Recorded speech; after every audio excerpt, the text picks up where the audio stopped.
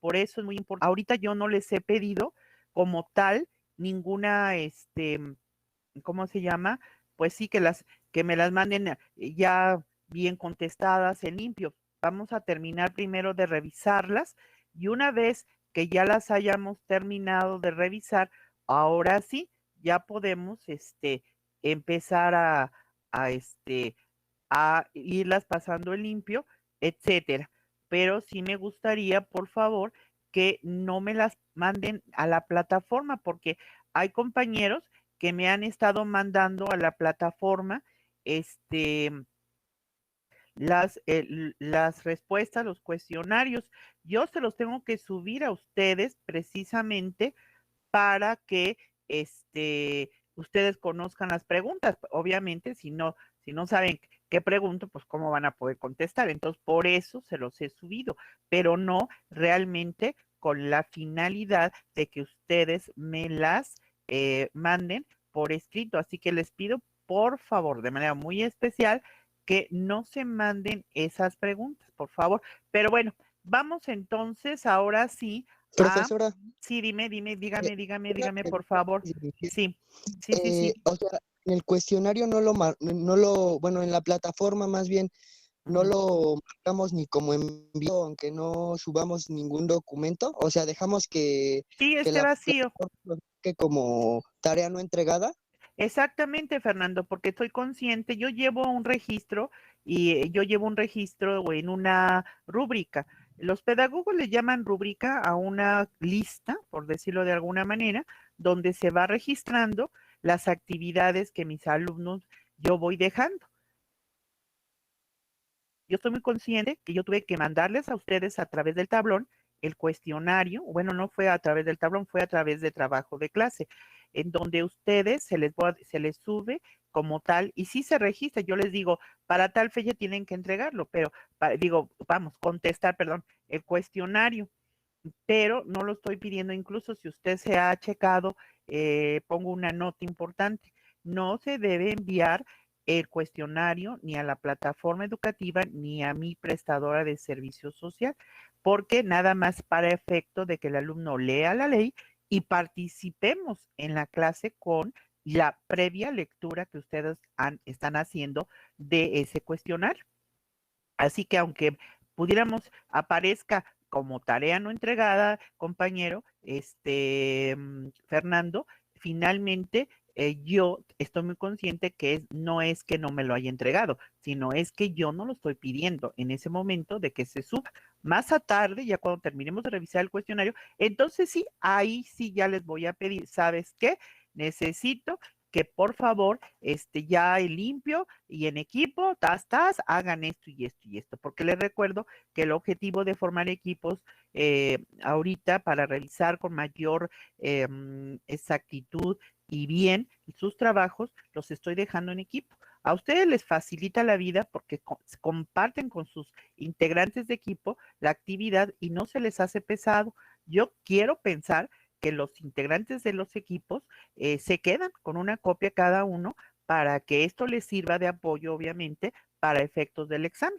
O sea, tiene esa finalidad. El objetivo es que el alumno, vuelvo a repetir, revise la ley, la lea, participe en clase y ya después vamos a utilizar otro mecanismo para que ese contenido de esa información ustedes la manejen. Entonces, no sé si quedó claro, Fernando. Sí, profesora, muchas gracias. Era la duda que tenía, pero ya me la resolvió. Gracias. Le agradezco a usted. Bien, vamos entonces, chicos, a empezar con las preguntas. Me decían que terminamos la pregunta 2, entonces iríamos a la siguiente pregunta. Entonces, la siguiente pregunta le vamos a pedir a Luis Daniel, que está alzando ya la manita, que nos haga favor, luego Carla y luego otro, tengo dos Danieles, Luis Daniel y luego Daniel Alejandro y luego Carla. Ok, Luis Daniel, adelante, dígame, por favor. Sí, maestra. Bueno, Sí, dice la pregunta 3. De sí, conformidad con esta ley, cite los bienes que son considerados nacionales. ajá. Ok, y están en qué artículo de la ley que estamos revisando se encuentra los bienes nacionales. Está en el artículo 3º. Ajá, Y bueno, dice, son sí, bienes nacionales, fracción sí, primera, los sí. señalados en los artículos 27, párrafo cuarto, quinto y octavo, Ujú, 42, fracción cuarta y ciento ajá, treinta y dos de la Constitución de los Estados Unidos Mexicanos. ujú, Fracción segunda, los bienes ujú, de uso común a que se refiere el artículo 7 de esta ley. sí, 3, los bienes muebles e inmuebles de la Federación. 4, los bienes muebles e inmuebles propiedad de las entidades. 5, ujú, los bienes muebles e inmuebles propiedad de las instituciones de carácter federal con personalidad jurídica y patrimonios propios, a la que la Constitución Política de los Estados Unidos Mexicanos les otorga autonomía. Y 6, los demás bienes considerados por otras leyes como nacionales. efectivamente, yo creo que es interesante, gracias jovencito Luis Daniel, es interesante ver que aquí hace un enlistado, obviamente, este artículo sobre todos aquellos bienes que nosotros ya estuvimos revisando cuando hicimos la lectura de varios de los párrafos del artículo 27, cuando nos hace una descripción acerca, pues, por ejemplo, de la plataforma continental, el de los zócalos submarinos, de los arrecifes, de los cayos, de la flora y fauna, ¿verdad? Del mar territorial, el espacio aéreo. Entonces, de alguna forma, vamos, este artículo, pues no los detalla, sino simplemente marca los párrafos del artículo 27 constitucional, así como vuelve a mencionar la fracción cuarta del artículo 42, que también es una repetición del contenido del artículo 27, ya que habla de los arrecifes, habla efectivamente de los esteros, de las aguas nacionales, etcétera. Y el 132 que se habla de los fuertes, de los cuarteles, de los depósitos de armamento, de toda la fuerza militar y marina de nuestro país. Entonces, todos esos bienes forman parte y son considerados como bienes de la nación. También la fracción segunda de este artículo 3º que acaba de leer nuestro compañero Luis Daniel, pues también nos habla de los bienes de uso común. No obstante que más adelante hay un artículo es profeso que marca cuáles son estos bienes de uso común. Ahorita podemos señalar algunos de ellos, las plazas, los parques, por ejemplo, ¿sí? Los puertos serían bienes que son considerados de uso común, que finalmente bienes de uso común es que porque todos podemos accesar a ellos, ¿verdad? Todos podemos vamos, visitarlos, ¿verdad? Recrearnos de esas visitas a estos puertos, ¿verdad? A estas malecones, a estas plazas públicas, a estos parques, porque para eso se sirven, para que vayamos a hacer actividades recreativas, ¿verdad? De esparcimiento. Sin embargo, debemos cuidarlos con las restricciones que nos marca la ley. Esto lo vamos a ver más adelante. La fracción tercera de este mismo artículo hace énfasis que no solamente vamos a hablar como bienes nacionales todos aquellos que son inmuebles, sino también agrega los mobiliarios, ¿verdad? Y que incluso muchas ocasiones se nos olvida que los expedientes, por ejemplo, sí, toda la cuestión de archivos, que en alguna mobiliario en general, también son considerados parte importante de los bienes muebles. Entonces, estos bienes muebles y inmuebles de la Federación, recuerden que ya un artículo anterior que habíamos leído dice que cuando se hable de federación se estará refiriendo a los tres niveles de los poderes, al ejecutivo, al legislativo y al judicial. Luego, en la fracción cuarta, pues vuelve también a hacer énfasis que también abarcará los bienes nacionales, tanto mobiliario, terrenos, ¿verdad?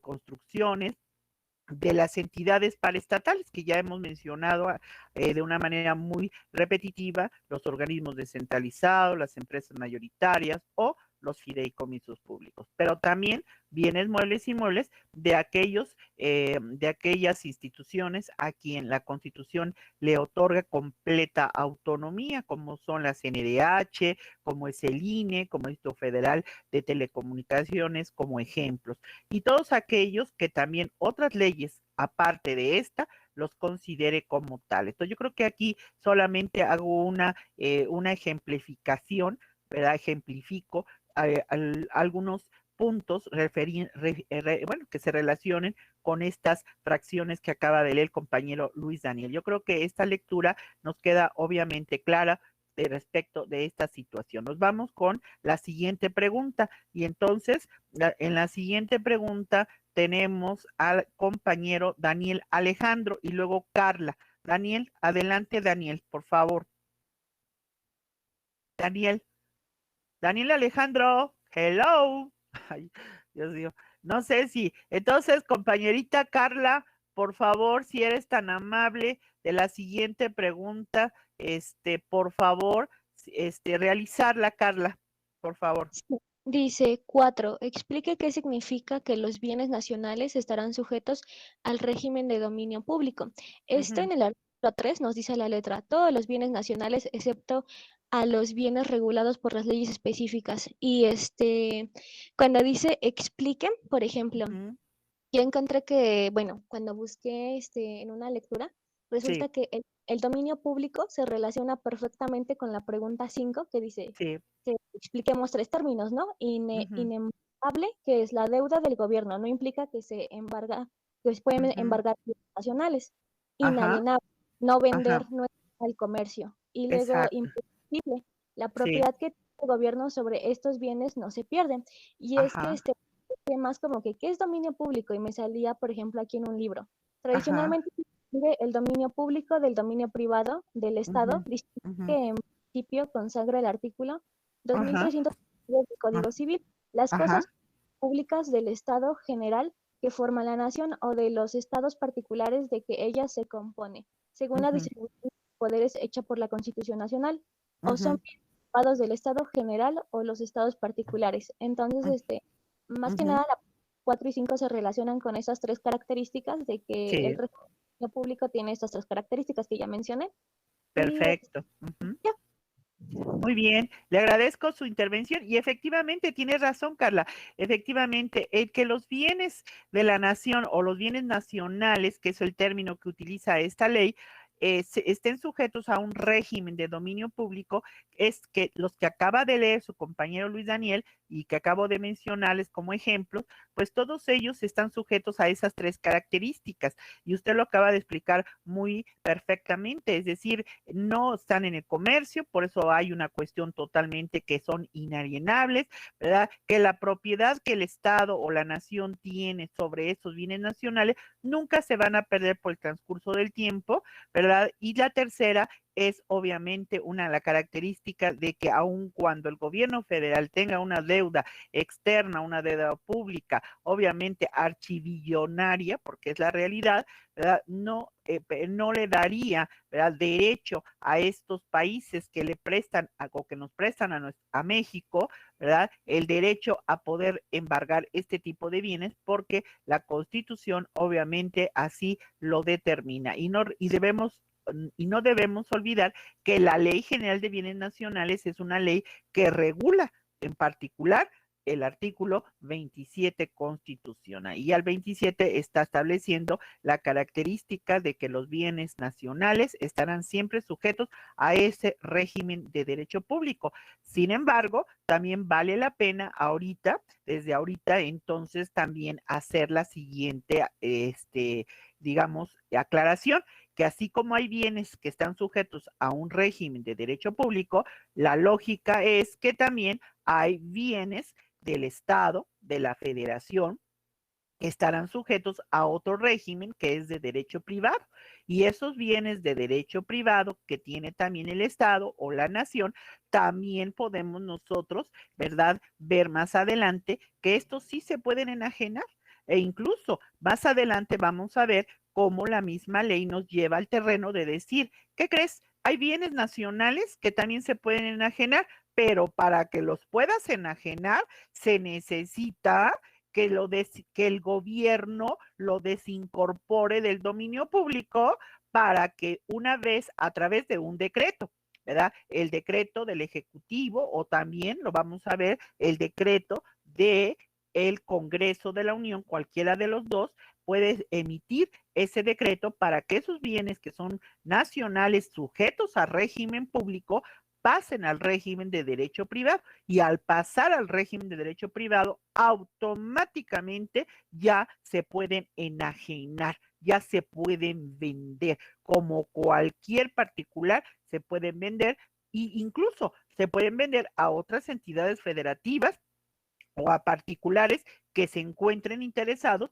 en adquirir esos bienes. Eso es muy interesante, pero bueno, ahorita también lo aclaro porque no se nos quede la idea de que todos los bienes del Estado están bajo régimen público, sino también habrá otros que están bajo el régimen del derecho privado. Ok, vamos entonces a la siguiente pregunta. ¿Quién la quiere formular? Guadalupe. Lupita, por favor, adelante. Lupita. Sí, profesora, buenos días. Buen día, niña hermosa, por favor. Dice, cite los bienes que están regulados por leyes específicas. Sí, Y en el artículo 4, en el Sí. párrafo tercero, sí, dice que se consideran bienes regulados por leyes específicas, entre otros, los que sean transferidos al servicio de administración y enajenación de bienes de conformidad con la Ley Federal para la Administración y Enajenación de Bienes del Sector Público. Y pues me fui a esa ley y en el artículo 1 sí. pues ya vienen Ujú. vienen Especificado. enumerados. Ajá. Ajá, y son 10. No sé A si ver. guste que los Sí, lea. adelante, claro que sí, me da mucho gusto esa investigación que hizo, compañera. Si es tan Ah, ok. amable. Dice artículo 1 de la Ley General para la Administración y Enajenación de Bienes del Sector Público. La presente ley es de orden público, de observancia general en toda la República y tiene por objeto regular la administración y destino, por Ujú, parte del SAI, de los ujú, bienes siguientes. ujú, Número 1. Los ujú, asegurados y decomisados en los procedimientos penales federales. ujú. Número 2. Ok, aquí voy por partes. Ajá. Qué buena ejemplo los pone. Es a bienes asegurados. Es interesante que vamos a ver más adelante cómo el gobierno federal en particular tiene un procedimiento administrativo totalmente unilateral por medio del cual puede, obviamente, asegurar aquellos bienes que han sido el producto o el medio para que con el cual se haya cometido un ilícito o un delito. Y entonces precisamente esta figura del decomiso es una figura totalmente administrativa, porque el gobierno federal tiene precisamente esa facultad para poder asegurar esos bienes, ¿verdad? Como ya lo dije, que son el medio o el resultado de ese delito. Y entonces ahí estamos viendo cómo en particular esta Ley Federal de Administración y Enajenación de Bienes del Sector Público está diciendo que serán bienes, ¿verdad?, en los cuales se asegure el gobierno precisamente, pero no se debe olvidar que para que ya puedan pasar a formar parte de la propiedad del gobierno, es necesario, primero es el aseguramiento, yo lo aseguro. Después de asegurar, se hace la consignación ante el juzgado penal para que sea un juez quien lleve todo el proceso penal y a través de ese proceso penal, que ya es poder judicial, pues se determine si efectivamente esa persona a quien en un momento dado se le decomisó estos bienes, pues automáticamente son, primero, propiedad de él, ¿sí? Segundo, si realmente le sirvieron para cometer el ilícito y si se demuestra y se prueba en ese proceso penal que esto es así, entonces la sentencia sería que esos bienes se perderán, es decir, se les quitará la propiedad al titular de ellos, que es el delincuente, que primero es un presunto responsable y ya sería después responsable, se le quita la propiedad y esa propiedad de esos bienes que pueden ser muebles o inmuebles pasarán a ser propiedad del gobierno. Ahora, no debemos olvidar que hay bienes que son, obviamente, por su naturaleza, son dañinas a la salud o obviamente, deben de ser destruidos. La droga y toda la cuestión de aquellos productos que son, obviamente, piratas, pues estos deben ser destruidos automáticamente. Pero si se trata de bienes inmuebles, por ejemplo, pues el gobierno federal va a determinar si pasan a ser su propiedad o en su defecto, pues no le interesa quedarse con ellos y rematarlos en subastas públicas, como lo ha venido haciendo el gobierno de la cuarta transformación, en la cual ustedes se han visto en televisión cómo se hace la subasta de muchas propiedades de varios narcotraficantes o de la delincuencia organizada, y son propiedades pues obviamente caras, ¿no? Y entonces se venden, se rematan y se obtiene obviamente un ingreso, y de ese ingreso el gobierno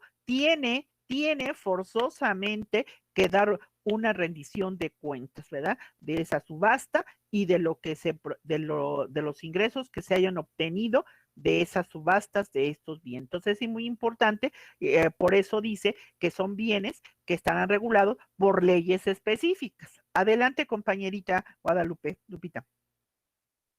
Sí, el número 2 dice Sí, los recibidos en dación en pago para cubrir toda clase de créditos a favor del gobierno federal, ¿verdad? de sus Ahí, entidades. ¿Mande? ajá, ahí es importante porque está diciendo, ojo, hay ocasiones que Hacienda, porque nosotros los mexicanos, de acuerdo con el artículo 4 constitucional, párrafo o fracción cuarta de ese artículo, nos marca, artículo 31, fracción cuarta, marca que entre las múltiples obligaciones que tenemos los mexicanos está contribuirle al gasto público de manera proporcional y equitativa. Entonces, debido a esa obligación imperativa que establece la Constitución, la lógica es que en particular estaríamos hablando de que si los contribuyentes adeudan al gobierno federal, ¿verdad? Hay ocasiones que Hacienda hace embargos precautorios. ¿Verdad? Un embargo, tu contribuyente, antes de que te me vayas y te me fugues y te me desaparezcas, yo hago embargo precautorio. Y si después de que se te establece un plazo para que liquides, no lo liquidas, pues obviamente esos bienes que fueron embargados pueden ser precisamente en especie y en el cual el gobierno diga, ok, pasan a formar parte de mi propiedad porque son el producto de que tú no cumpliste con el pago de un tributo, de una contribución, y por lo tanto esos bienes son para mí. Pero como ya dije, muchas veces estos bienes, pues al gobierno no le conviene quedárselos así físicamente, porque no los va a utilizar. Y entonces, ¿qué va a hacer? Pues los puede, a través de las subastas públicas, poder venderlos. Y también, al igual que que los bienes decomisados, obtiene un ingreso y tiene que también declarar sobre esos ingresos de esos bienes que fueron obtenidos por la falta de pago de un tributo, ¿verdad? Que en este caso pudo haber, se originado de personas físicas o personas morales. Entonces, es interesante esto y podemos estar viendo que también son bienes que están regulados por leyes específicas y los está enunciando la ley que estamos refiriendo. Adelante, Lupita, por favor. Lupita. Sí, dice, incluyendo los puestos a disposición de la Tesorería de la Federación o de sus auxiliares legalmente facultados para ello. Ajá. Número 3. Los que habiendo sido embargados por autoridades federales hayan sido adjudicados a las entidades transferentes conforme a las leyes aplicables. Ajá. Número 4. Los que sean abandonados a favor del gobierno federal.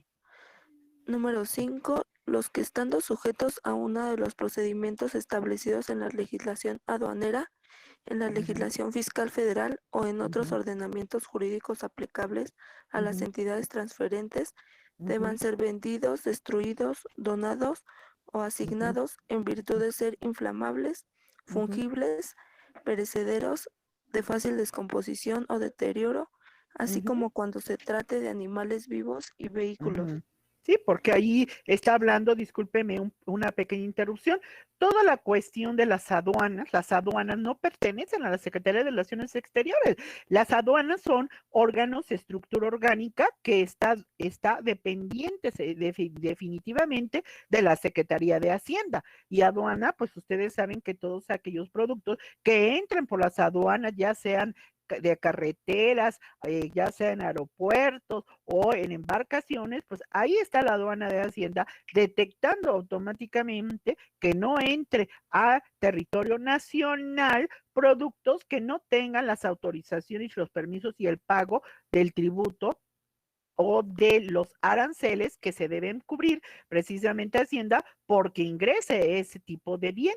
Entonces es muy interesante ver cómo aquí la ley está diciendo, si aduana detecta estos bienes, estos productos que pueden ser de diferente tipo, perecederos, no perecederos, animales exóticos, etcétera, pues ya determinará en un momento dado la Secretaría de Hacienda si ese producto o ese bien se puede destruir o en su defecto, pues obviamente recuerden que hay ciertos alimentos que tienen que ser obviamente permitidos por la naturaleza porque pueden venir contaminados, etcétera. Entonces es interesante ver que muchos se destruyen, aunque sean alimentos, se destruyen. Si son animales, pues no sé, se canalizan pues a los zoológicos en nuestro país, se les hace los estudios, ¿verdad? A los animales para que no vengan enfermos y posteriormente se les canaliza.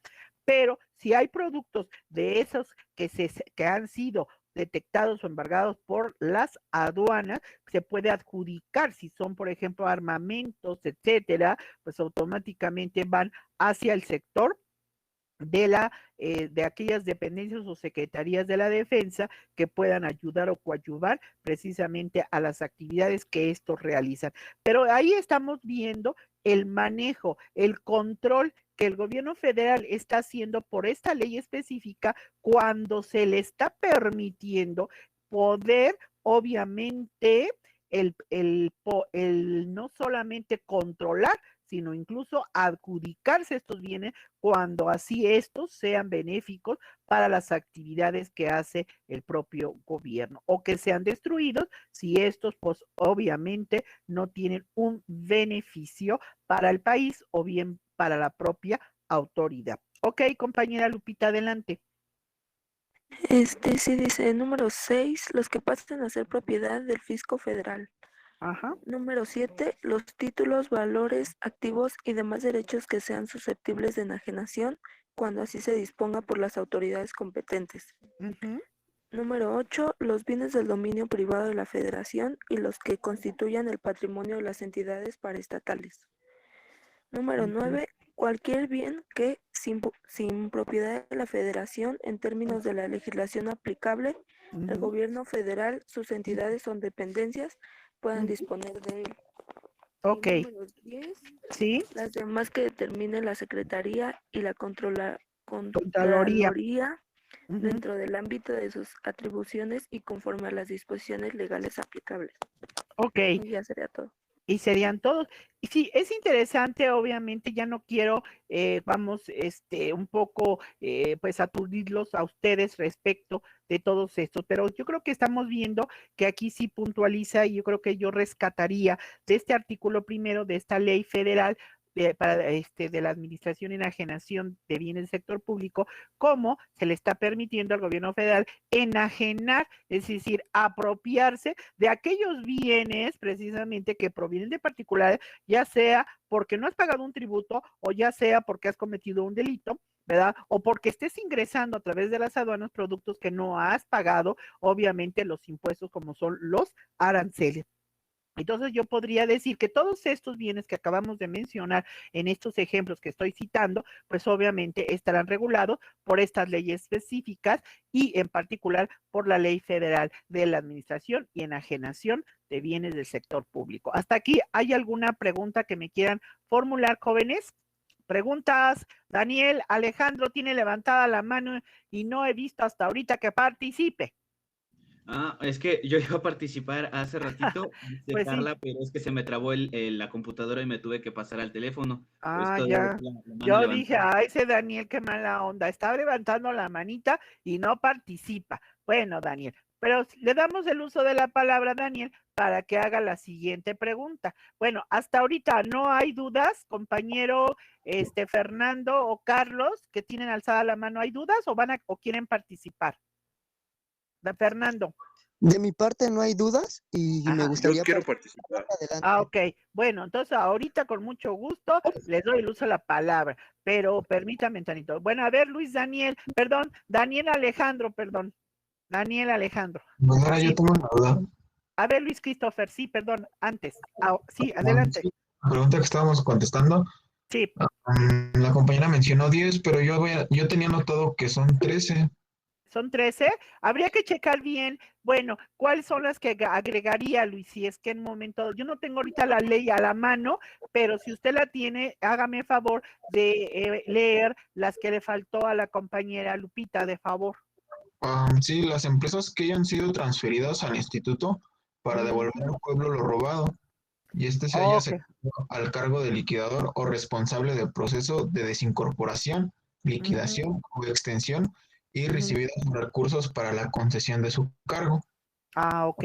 Esto se referiría seguramente a lo que yo comentaba anteriormente en cuanto a que hay empresas paraestatales que se llegan a vender. Por ejemplo, nosotros tenemos el caso de la CONASUPO. CONASUPO fue una empresa del Estado que en su momento funcionó, pero que posteriormente ya no fue financiable para el gobierno federal y se vendió la CONASUPO como empresa. Y entonces todos los bienes, toda la infraestructura de esta empresa del Estado tuvo que desincorporar del dominio público para poder venderse, y de lo que se obtuvo, obviamente, también el gobierno federal obtuvo un ingreso de la venta de las instalaciones, de los inmuebles que pertenecieron a esta dependencia. Entonces, a eso se está refiriendo este artículo. ¿Qué otro punto, Luis Christopher?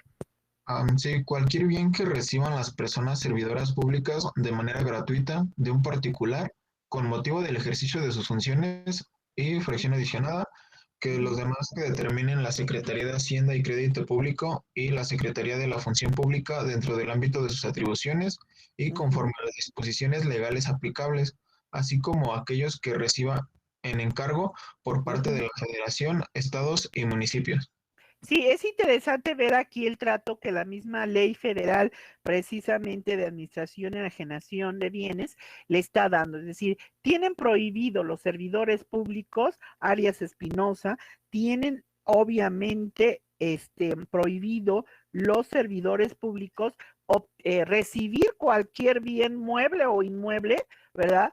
Que sea por el ejercicio de la actividad que él tiene. Entonces, es interesante ver que esto está prohibido, y si se logra detectar por la Secretaría de la Función Pública, que es la secretaría que controla el correcto actual del servidor público, pues automáticamente ese bien se le quitará al servidor público, porque él tiene prohibido recibir cualquier tipo de gratificación, ¿verdad?, como a consecuencia del servicio que está prestando. Acuérdense que el servicio público es un servicio que nos cuesta a todos los mexicanos y que lo pagamos con nuestros tributos, pero aparte de ese tributo, tú no lo tienes por qué estar pagando a un servidor público para que haga su chamba, ¿verdad? Pero bueno, estamos en México y desgraciadamente, no obstante que este gobierno ha hecho mucha énfasis en que hay que terminar con la corrupción, no dudo que todavía, desgraciadamente, haya en nuestro país muchos servidores públicos que no tienen esa conciencia de que el servicio público debe ser a favor, ¿verdad? Debe ser servir a tu pueblo, no servirte del pueblo, ¿verdad? Servir a tu pueblo, porque esa es tu finalidad. ¿Cuántos de los que están ahora en la administración pública realmente tienen una vocación de servicio? Habría que preguntarlo, porque desgraciadamente muchos aspiran a ser servidores públicos, no con la finalidad de servir a su pueblo, sino con la finalidad, ¿verdad?, de políticamente ir aspirando, ir subiendo, ¿verdad?, de escalafón o de jerarquía, pero no con el interés particular de servir a su pueblo. Pero bueno, en fin, vámonos entonces a la siguiente pregunta. ¿Quién la quiere? Estaba Luis, ahora sí, Daniel Alejandro, ahora sí, la siguiente pregunta, por favor. Gracias, maestra.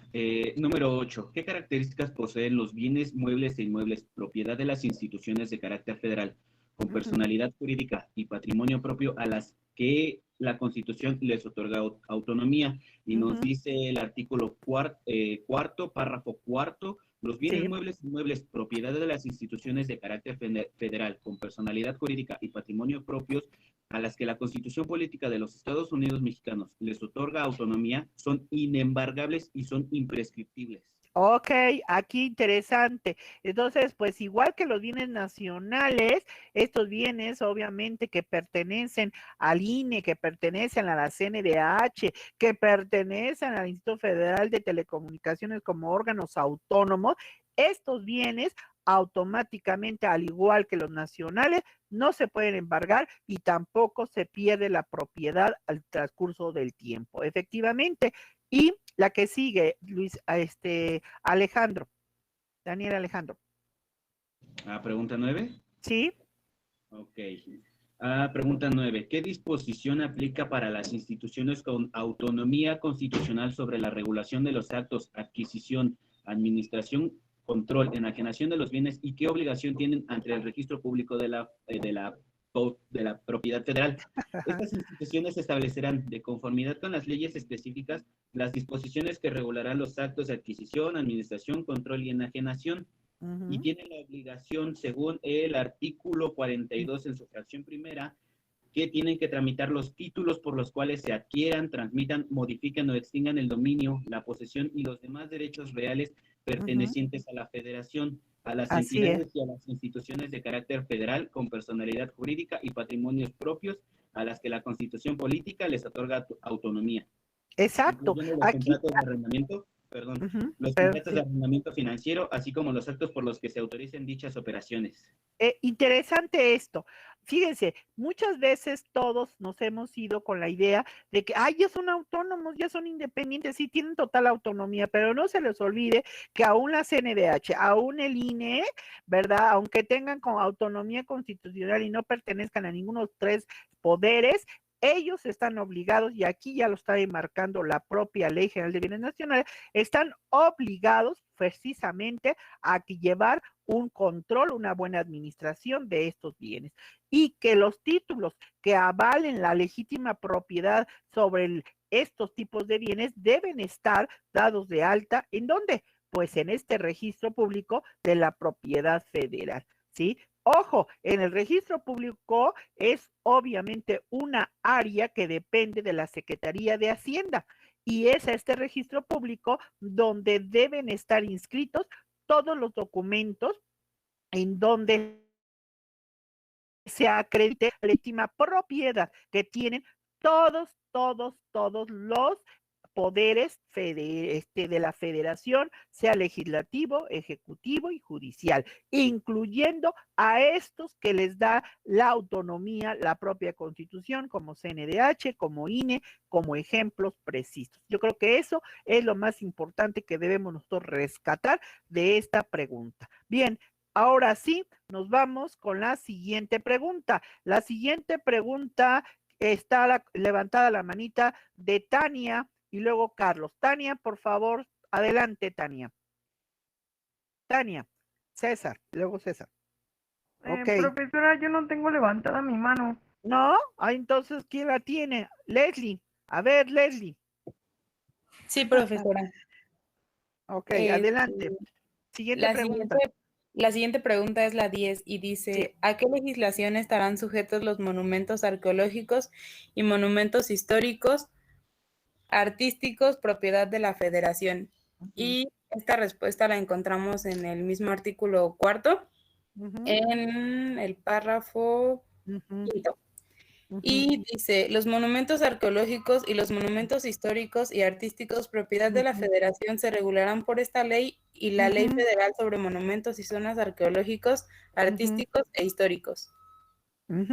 Efectivamente, fíjense que es algo muy importante que a veces se nos olvida que dentro de la gama tan hermosa de bienes que tiene la República Mexicana o nuestro país,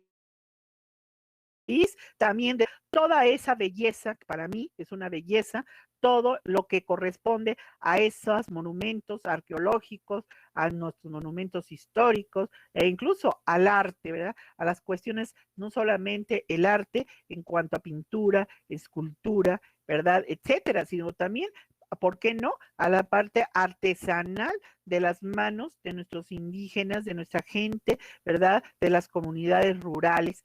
Todo esto, pues vemos nosotros que hay una ley particular que se llama Ley Federal de Monumentos, Zonas Arqueológicas, Históricas y Artísticas, y somos también una parte importante que también estará regulada, e incluso por eso, ustedes recordarán que cuando vimos cuáles serán las dependencias administradoras de bienes inmuebles, no se les olvide que está la Secretaría de Cultura, la Secretaría de Cultura, a través de varios órganos desconcentrados, el INAH, que es el Instituto Nacional de Antropología e Historia, y el Instituto Nacional de las Bellas Artes, son órganos desconcentrados de esta Secretaría que tienen como finalidad llevar precisamente todo lo que referente a estos monumentos arqueológicos, históricos y artísticos. Es interesante porque es una parte importante también que regula nuestras leyes y también son considerados bienes nacionales, señores, que a veces nosotros no los cuidamos, los destruimos, ¿verdad?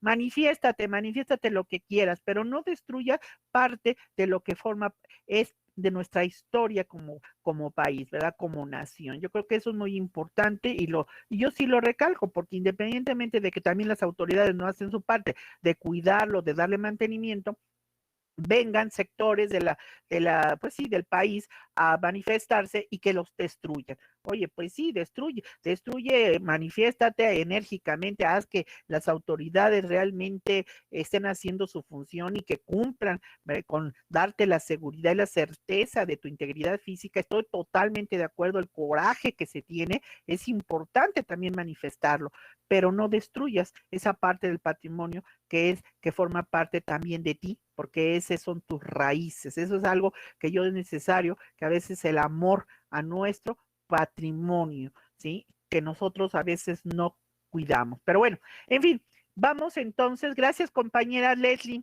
vámonos con la siguiente pregunta y vamos con Carlos. Carlos, por favor, adelante Carlos. Carlos, hello. Sí, pregunta 11. ¿Qué legislación es supletoria de la Ley General de Bienes Nacionales?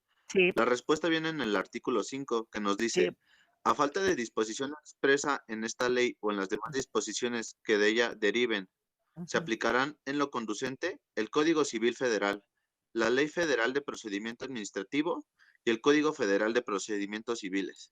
Perfecto, ¿verdad? Y la pregunta sería, ¿y cómo por qué?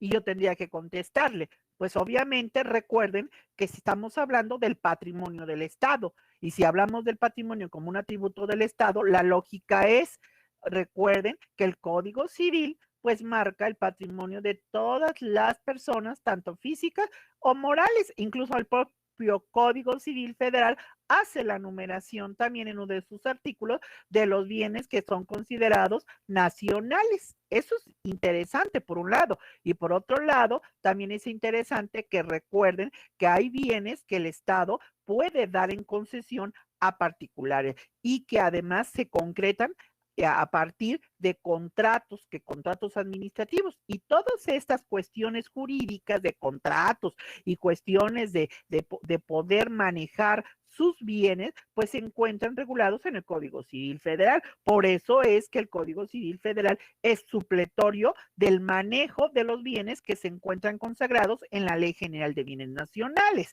Y luego la Ley Federal de Procedimiento Administrativo, ¿por qué aplica como supletorio? Porque esta misma ley marca procedimientos administrativos, procedimientos a través de los cuales yo, autoridad o dependencia administradora, te podré otorgar a ti particular, persona física o moral, obviamente concesiones para que puedas usar, para que puedas explotar o para que puedas aprovecharte de estos bienes, pero para que te pueda otorgar esa concesión, tengo que seguir las etapas que conforman el procedimiento administrativo. Y cómo voy a saber si estoy cumpliendo o no con esas etapas, pues tengo que recurrir a la Ley de Procedimiento Administrativo. Y cuando nosotros revisamos el semestre pasado la Ley de Procedimiento Administrativo, nos dimos cuenta que esa misma ley dice que cuando haya lagunas en cuanto a las disposiciones de esta, se estará a lo que establece el Código de Procedimientos Civiles. Y creo yo que algo que fui muy enfática al estar comparando el procedimiento administrativo con el procedimiento ordinario civil es que hay mucha paridad, hay mucha igualdad. Se asemeja el procedimiento administrativo al procedimiento civil. Hay excepciones muy puntuales, como una de ellas es que el procedimiento administrativo es más flexible. Tan flexible es que yo puedo iniciar un procedimiento ante una autoridad incompetente y la autoridad me tiene que recepcionar, ¿no? o sea, hay mucha flexibilidad en el procedimiento administrativo, pero esto no implica que no sea supletorio el Código de Procedimientos Civiles a la Ley de Procedimiento. Entonces es interesante ver cómo la mismo artículo 5 está enunciando que estas tres legislaciones, Código Civil Federal, Ley de Procedimiento Administrativo y Código Federal de Procedimientos Civiles, son supletorios para cuestiones que tengan que ver en el manejo, en el control e incluso en el otorgamiento de concesiones a particulares sobre bienes que son considerados de la nación, bienes nacionales. Con muy amable compañerito Carlos. Ahora nos vamos con, ay, no me participen tanto, chicos. Los demás andan a ver, Elvis, adelante, Elvis. Sí, profesora. Adelante, por favor, si es tan gentil. Número 12. Cite los bienes sujetos al régimen de dominio público de la Federación. En el artículo 6 establece que están sujetos al régimen de dominio público de la Federación. 1.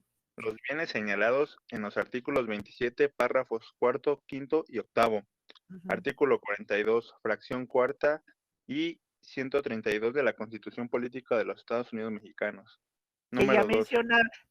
Que ya mencionamos anteriormente: arrecifes, cayos, zócalos submarinos, flora y fauna, aguas nacionales, mar territorial, etcétera. El 132, cuarteles, por ejemplo, ¿verdad? Depósitos de armamento, entre otros. Ahora sí, bienes de uso común, que ya también comentábamos que eran, por ejemplo, parques, plazas, por ejemplo, malecones, etcétera. Esos son bienes de uso común.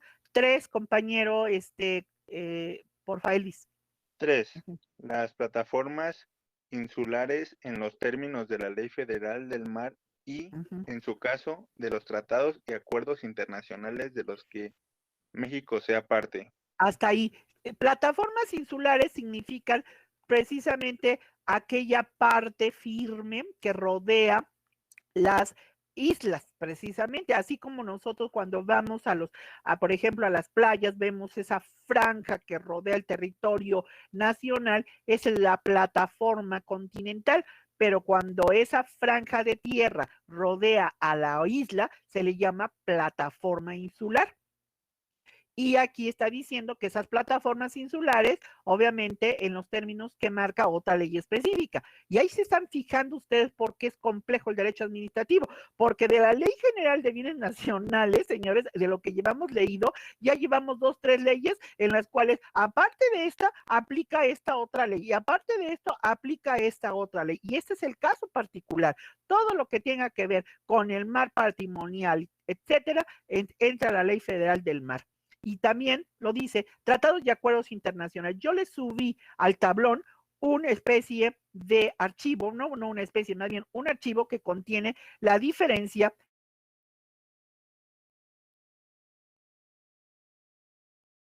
se utiliza de manera indistinta la palabra tratado y acuerdo. Sin embargo, algunos otros consideran que el acuerdo es precisamente el que 2 o más países, obviamente, consientan en respecto de cómo debe ser tratado precisamente esta plataforma insular, ¿sí? Ese es el acuerdo. Y el tratado es el documento donde se plasma precisamente la voluntad de dos o más países respecto del trato que se le debe dar a esa plataforma insular. Entonces, en ese documento, ahí les estoy mandando precisamente la diferencia entre tratado y acuerdo. Incluso hay un presi que les mandé para que lo revisen. No nada más, ya lo mandó la maestra, ahí lo dejo. No, léetelo, flétatelo, por favor, revísalo, porque es para complementar todo lo que estamos viendo ahorita en nuestro programa. Ok, compañero Elvis, adelante. Sí, profesora. 4. El lecho y el subsuelo del mar territorial y de las aguas marinas interiores. 5. El lecho es la parte, diríamos, superficial del agua del mar territorial. Y el subsuelo, pues obviamente, son aquellas partes que se encuentran a ciertas millas de distancia del suelo hacia abajo. Ya más adelante les estaré mandando la imagen para que podamos diferenciar entre lo que es el lecho y el subsuelo. Yo sé que nosotros no somos geólogos jóvenes, no somos biólogos, pero por lo menos, abogado, chécatelo. ¿A qué se está refiriendo el legislador? Porque nada más lo repite uno, hecho y subsuelo del mar. Ah, qué bien, mucho gusto. Pero no sabemos físicamente a qué se refiere al hecho y subsuelo. Así como yo les mandé de los terrenos ganados al mar, y ahí les mandé la imagen, incluso la bajé de la plataforma de la Semarnat, y les mandé también un presi sobre eso, para que lo revisen, señores. Y ellos van a decir, ay, maestra, ¿a poco en el día del examen nos va a preguntar lo que es un hecho y un subsuelo? Tal vez no te lo pregunte, abogado, pero por lo menos tú el día de mañana ya vas a saber a qué se está refiriendo, ¿verdad? En la lectura que estamos haciendo de estos artículos, ¿verdad? Porque en muchas ocasiones lo único que hacemos es repetir como lorito el contenido del artículo, aunque no sepamos qué es lo que estamos diciendo. Yo creo que es importante, ya que aquí se está refiriéndose a todos estos términos biológicos y geológicos, pero por lo menos tú tenos identificados. Ese es el objetivo de que yo les mande las imágenes y las definiciones de estos conceptos. Nada más, jovencitos hermosos. Ahora sí, compañero Elvis, continúate con la fracción quinta. Sí, los inmuebles nacionalizados a que se refiere el artículo 17º transitorio de la Constitución Política de los Estados Unidos Mexicanos. Y se buscó cuáles eran estos los nacionalizados, Elvis, así como hace momentito nuestra compañera, que no recuerdo si fue Lupita, no, fue Carla dijo, maestra, yo sí me fui a la lectura de esa ley, maestra, ¿verdad? ¿Sí, Elvis lo hizo? No, profesor. Elvis.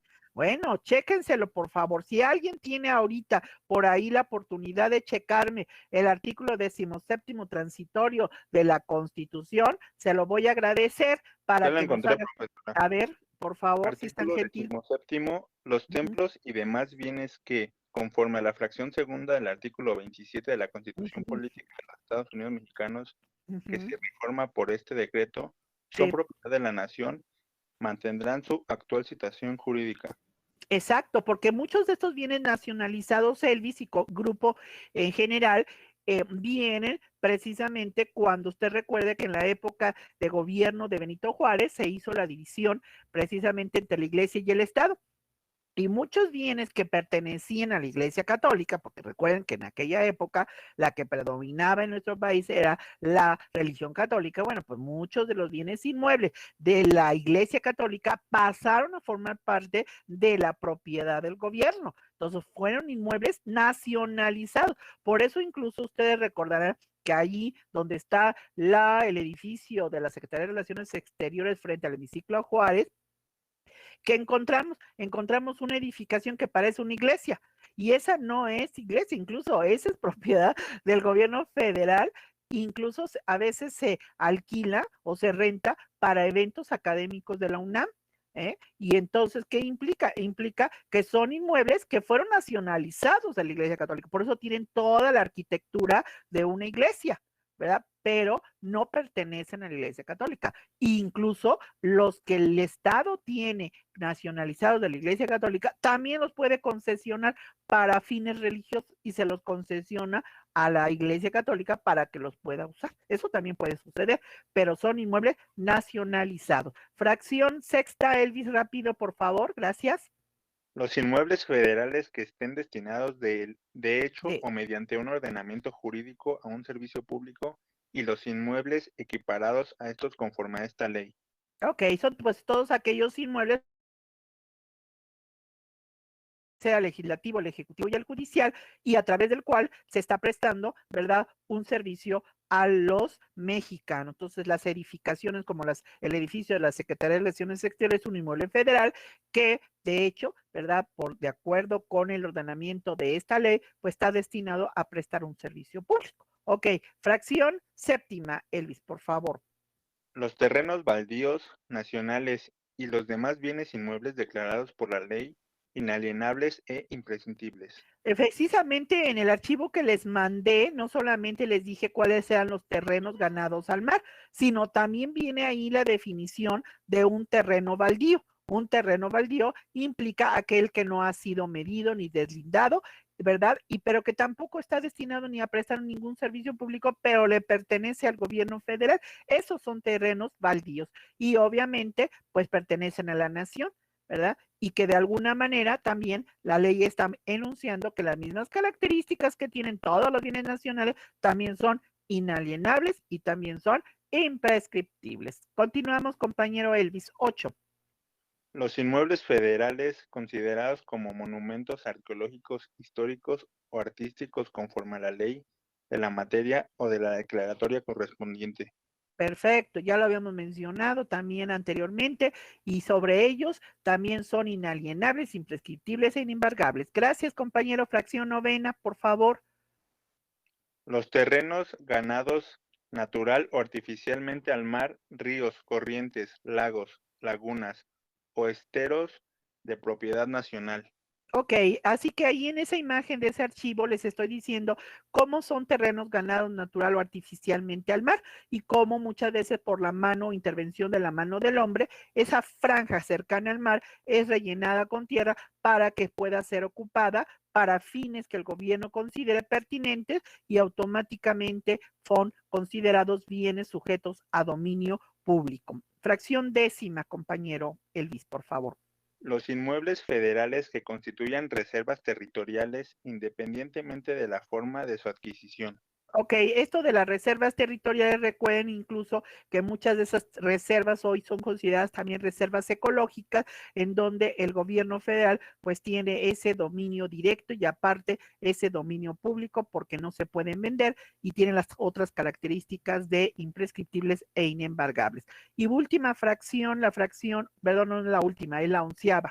Yo pensaba que la última. Ok, adelante. Ok. No, de hecho son 20. Sí, son 20, sí. Los inmuebles que formen parte del patrimonio de los organismos descentralizados de carácter federal. Así es, pues, es decir, todos aquellos terrenos o edificaciones de la Comisión Federal de Electricidad, de lo que es el DI, por ejemplo, de lo que es Ciudad Universitaria, por ejemplo, de las FES que pertenecen también a la UNAM, son considerados inmuebles que pertenecen a organismos descentralizados y son de carácter federal. Fracción 12ª, adelante. Los bienes que hayan formado parte del patrimonio de las entidades que extingan, disuelvan o liquiden, disuelvan o liquiden en la proporción que corresponda a la federación. O sea, ahí estamos viendo cómo ya la misma ley está diciendo, tu gobierno federal, aunque sean bienes del dominio público, vas a poder desincorporar esos bienes del dominio público, pasarlos al dominio privado y automáticamente ya los vas a poder vender. Y al poderlos vender, recuerden, ya lo vimos anteriormente, tienes que rendir un informe, ya vimos aquí al Servicio de Administración y Enajenación de Bienes, respecto y al registro público de la propiedad, que esos bienes ya salieron del dominio público, pasaron al dominio privado y que ya se vendieron y cuánto fue lo que obtuvo el gobierno federal de la venta. Ojo, esto es interesante. Luz y Fuerza del Centro fue una paraestatal que fue disuelta en el periodo presidencial de Felipe Calderón y precisamente muchos de estos bienes de Luz y Fuerza del Centro pudieron ser vendidos y entonces se desincorporan del dominio público, se pasan al dominio privado y obviamente pueden ser vendidos. Elvis, le voy a pedir un favor, mañana me hace favor de indicarme que nos quedamos en la fracción 12 y que vamos a la fracción 13ª, Elvis. Le agradezco, niño, jovencito. Okay. Sí, con mucho gusto, Elvis, adelante. De hecho, hubo un museo de autos clásicos que fue vendido. Ajá.